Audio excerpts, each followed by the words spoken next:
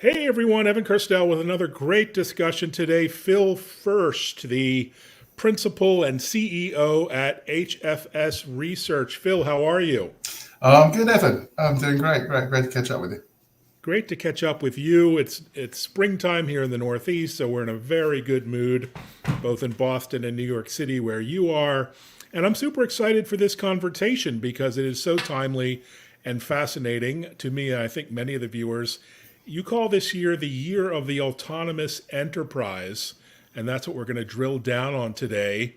Before we do that, maybe set the scene. Who is HFS? And for those who don't know you, those non insiders in the industry, who Right. is Phil First? Yeah, I'm a lifelong analyst. I've also been a consultant advisor in the last, I guess, 25, 30 years.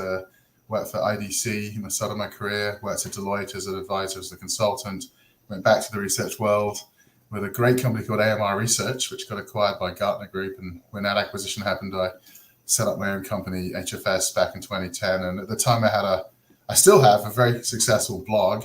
And in those days, if you were an analyst who actually had a blog, you were like dynamite. So I These used that days, it's to, a Twitter account and a LinkedIn yeah, profile, and you have two yeah, of those, which I really enjoy. Lots of insights and right. analysis and research, and hence the invitation to be here. So let's talk the autonomous enterprise. I understand you actually invented the term RPA, Yeah, which has kind of become old hat. At least it's well right. understood. So beyond RPA, is the autonomous enterprise what's next?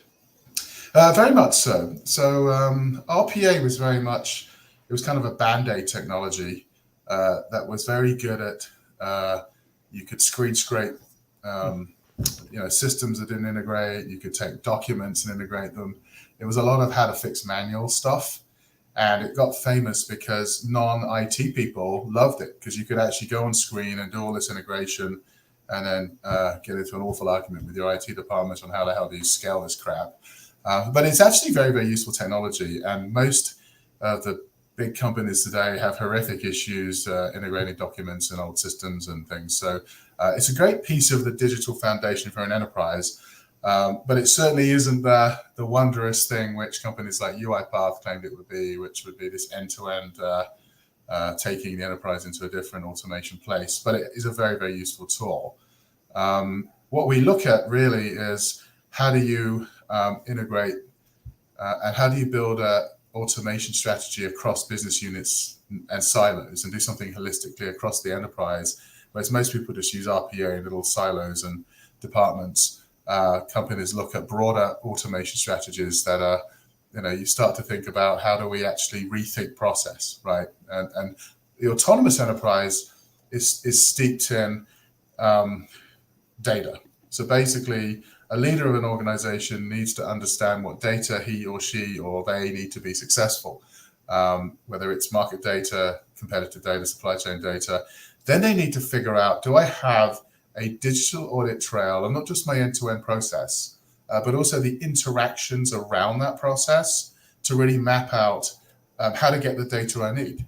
So you've got to think about not just, hire to retire, procure to pay, order to cash, all this stuff. You need to think about, what machines are interacting with people, what people are interacting with people, all this sort of stuff to actually get this working. And then once you figure that out to get the data you need to centralize that data in a repository that is secure, that is scalable, that is in the cloud, etc. And when you have that, you can start to think about automation that is actually trusted. So do your clients trust it? Do your employees trust it? Do your suppliers trust it? Is it robust, right? And then you start to think about AI, because AI is about formulating patterns of data to help you base decisions. And now let's not kid ourselves that machines make decisions right now, because on the whole, they do not. It's people make decisions based on great algorithms and AI that supports and enables those decisions. So what an AI does today is I think it takes the risk out of the decision for the enterprise leader, because suddenly they can they know they've got rapid data, they've got what they need to base decisions for the future on that. And then the role of the leaders in operations and IT becomes a governance role for understanding all the decision points in the enterprise when they occur, when they happen, how they can drive them forward. So that's really what the autonomous enterprise is about. It's about taking humans out of loops that they don't belong in. Right? You don't want people doing stuff they shouldn't be doing. People should do stuff they should be doing, which is around judgment, which is about doing things. And when you look at the industry right now, most companies have a problem hiring staff, particularly mid to junior level staff. The US, UK, Europe have record low unemployment. So the whole mindset has shifted from let's go and buy a lot of automation and AI software so we can fire people to we actually need great AI so we can actually fill the gaps that we need because we don't have enough people. Or we may be under a lot of financial duress and had to let some people go. So I think the mindset shifted to using AI to transform the business, not just to plug it in to replace people doing jobs. So I think that's been a shift as we look at what's happening. Then we start to look at the excitement of technologies like GPT that have come into play and the disruptive capabilities. And I'm telling you, like an industry like call center, for example, which is a $125 billion a year industry, that is under massive threat of disruption because in the old days, you could maybe disrupt through automation 20, 30% of cost of call center. With GPT, we think you can take 80 to 90% of the cost out of the system. Wow. Very, very quickly. I mean, that's a whole industry that's going to be wiped out very, very quickly if GPT is allowed to evolve and manifest itself and countries like Italy don't ban it, right? So, no, it's fascinating. And let's zoom out a little bit because you nailed this back in, late last year before the buzz of GPT became all encompassing. And, this term autonomous enterprise, you coined it, but you also talk about, this is a inflection point, or this is sort of an era in which we're entering now. Talk us about you call them triggers, the previous triggers and what led to big change and disruption in our industries. Yeah, I've been probably covering this industry as long as you have, Evan, but, we tend to react to things. We don't plan ahead very well. That's just been the way of the world, right? So when the internet hit the markets in the mid-90s, that really drove globalization. So companies reacted to globalization. They globalized their businesses. They started looking at how to have much better interaction and communication. And telecom was massive as the backbone for everything that was changing. The next big trigger was, I think, 2008 with the Great Recession. That drove the big wave of offshore.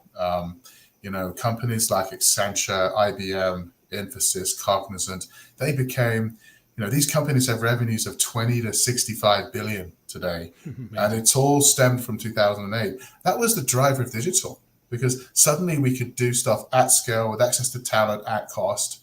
And that's grown exponentially until I believe the third trigger, which is happening right now, which is something I think driven by inflation and autonomous tech, wage inflation, recession, people refusing to go back to the office, etc. That's driving a big wave of autonomous enterprise thinking.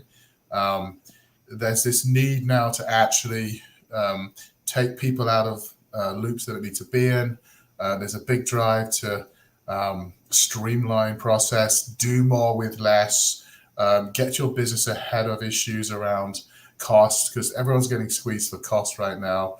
And there's a big push to do this. I mean, if you're a leader of IT or a leader of operations and you don't know how to drive an autonomous capability within your company, you're toast. You've got to be able to do this in your company, right? So, you talk about 5 critical elements for success in this particular blog. Integrated data analytics, AI, machine learning, a big focus on human-machine collaboration. Maybe talk about that a little bit more. That's a new one for me. Yeah. So a friend of mine who set up his own software business is backed by a huge amount of money. But they did a company called Sirocco, actually. They did a tremendous piece of research which showed that the average person toggles between 2,000 and 3,000 times a day between applications on their computer. Just think about how much productivity is just getting murdered just because people have got all this stuff open on their desktop. They're trying to do 50 things at once. Nothing is particularly well integrated. There needs to be a map of.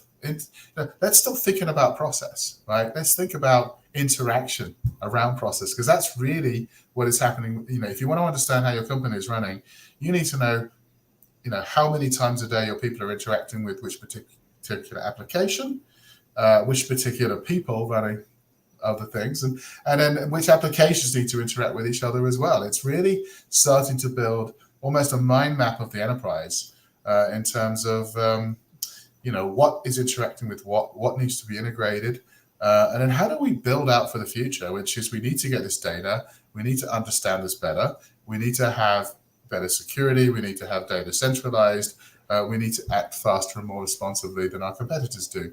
So this is a complete rethink and transformation. And I don't believe many companies did any type of business transformation until COVID. Just moving a whole bunch of stuff into work at home was the first time many businesses had actually figured out, how do we actually get our customers getting data from here? How do we get our employees to interact over there? I mean, some of these businesses hadn't changed anything since the Second World War. So right now we're seeing, I think, a big force of change, because you've got to do more with less. Companies are growing at 3-4% this year. They're still losing money because inflation is running at 8 to 11%. Everything is driven by economics, and economics right now are conspiring to force us to think differently, think how we run our businesses more cost effectively, use technology to do more. We spent the last 10 years pontificating about automation.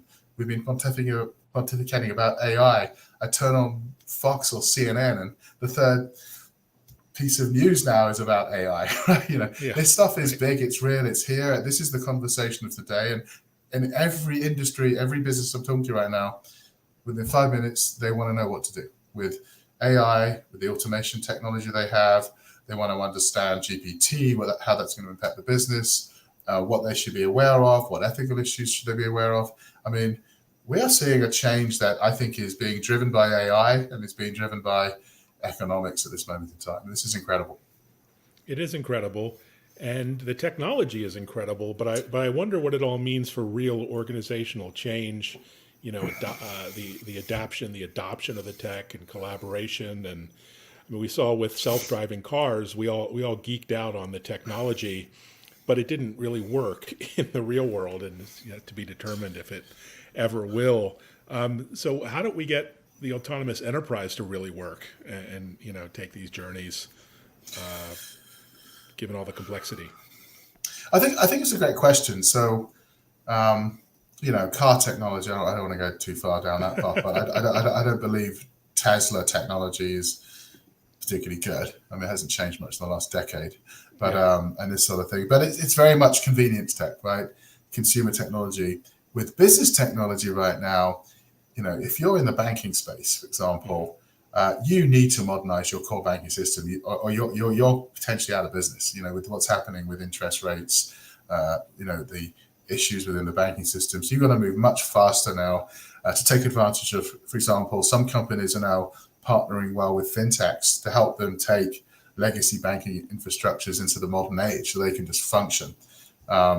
If you're in the retail space, you've got to be able to sell through many different channels. You've got to understand immersive metaverse. You've got to understand how that's enabled by AI. You've got to understand how AI can drive your product sales through online channels and things like that. You can't survive in the business world, I think, without this, because it's being used as a commercial weapon versus personal convenience. You know what I mean? So with car tech, hey, what do you need, right? But then when you get into what's happening with business today, if your competitor is driving 80% of its customer service cost out, because that's the number one cost right now for most businesses, is customer service. You take that out at the occasion. You can do that using GPT. I was actually having a meeting last night with a couple of leaders in this industry. They can see it right there and then. We went through the whole workflow of how to take the cost out. Which industries do you need to talk to a customer service rep? An airline, 50% of the time. Sure. Occasionally when you're calling your bank, maybe 1 in 4 calls, you need to talk to somebody. Everything else, I don't need to talk to somebody. I just want to get stuff done. I want to get stuff required. You go to Apple, my God, trying to get to talk to somebody these days, you just don't. Right? So that's just an example. If you're not in the game, you're out of business, and I think that's the driver for adoption of disruptive tech. It's when if you don't do it, you're out of business. That you don't have a choice, basically. Yeah, fascinating. Well, your business at HFS is thriving, and you're a little different than a lot of the analyst firms. I mean, you're not as well known as a Gartner or Forrester or IDC, but you're also different. Tell me more, because you do consulting, you do analysis, and you're very practical. You even get hands on. I've noticing from a lot of your content. Yeah, so I was an analyst for a long time, and I had a certain view on what an analyst firm should deliver to industry. And we're lucky because we're fairly small. We have like 50 dedicated analysts to mainly IT services, automation, and AI, which is actually probably more dedicated analysts than the big guys have. But we use the web as our tool. I took the attitude that let's flood the market with great research and give it away.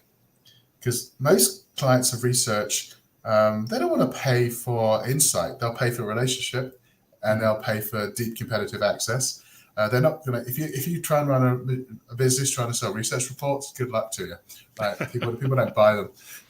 Or read them these days, evidently. Yeah. I just asked ChatGPT and it gives me what I need.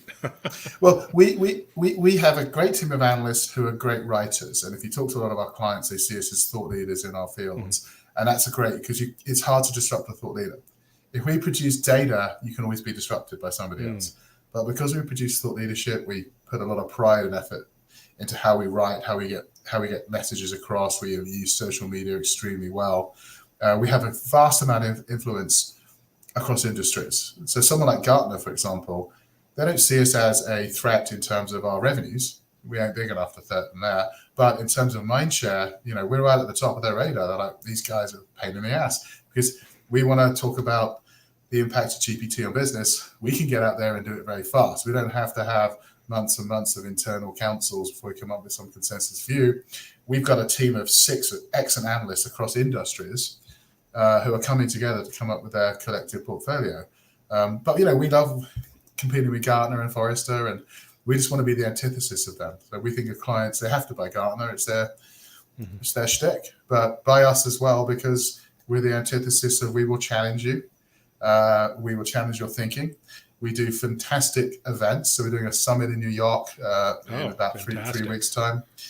And we get 200 or 300 senior level folks along.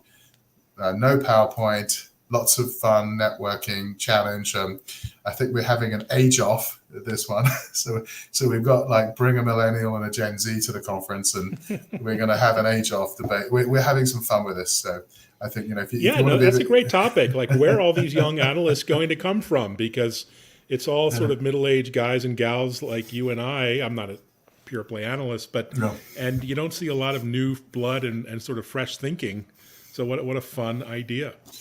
Yeah, I mean, we're picking up talent all over the place and going to non-traditional backgrounds. We've hired a few folks in India, especially mums. So pre-pandemic, a lot of mums in India, when they had the kids and stuff, they had a lot of social pressure to stay at home and, become full-time mums. Now, they can work from home. And actually, I love hiring women. They're smart and they're great writers. I'm being particularly stereotypical here, but over half our company is female.